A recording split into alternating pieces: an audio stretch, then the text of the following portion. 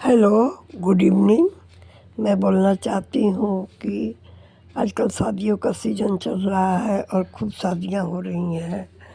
मैं देख रही हूँ हर एक घरों में माँ बेताबी से घर में शादी की तैयारियाँ कर रही हैं, दौड़ दौड़ के शॉपिंग कर रही हैं, दौड़ दौड़ के ऑर्नामेंट्स किन रही हैं, दौड़ दौड़ के अपने बैंक को खाली करके गहना खरीद रही हैं और वो चाहती हैं कि अपने बेटा को मैं सारा सुख दे दूँ।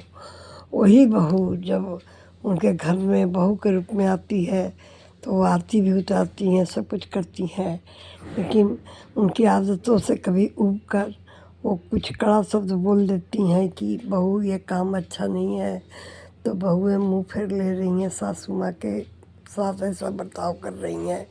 अगर एक शब्द कोई सासू माँ बोल ही देती है तो फिर इतना मुँह फेरने की क्या आवश्यकता है।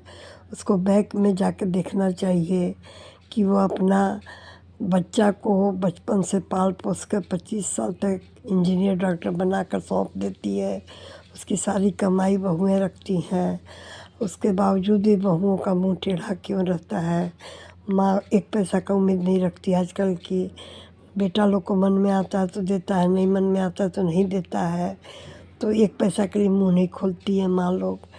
फिर भी अगर कभी अपने संस्कारों को लेके सासू माँ बोलती है कि मेरे घर में इस तरह की पूजा होती है, मेरे घर में सुबह उठने का प्रचलन है, बहुत सी बातें समझाती हैं बहुओं को, लेकिन बहू उस बातों को घुमा कर उनको बोलती हैं कि नहीं मेरी सासू माँ बहुत कड़ी हैं, हम लोग को डांटती रहती हैं, बोलती रहती हैं। फिर मैं मैके के संस्कार को ससुराल में मैंने कोई सासू माँ कैसे बर्दाश्त कर सकती है। इतना समझ आजकल की बहुओं को नहीं है और धीरे धीरे वो बेटा को भी अपने बस में कर लेती हैं।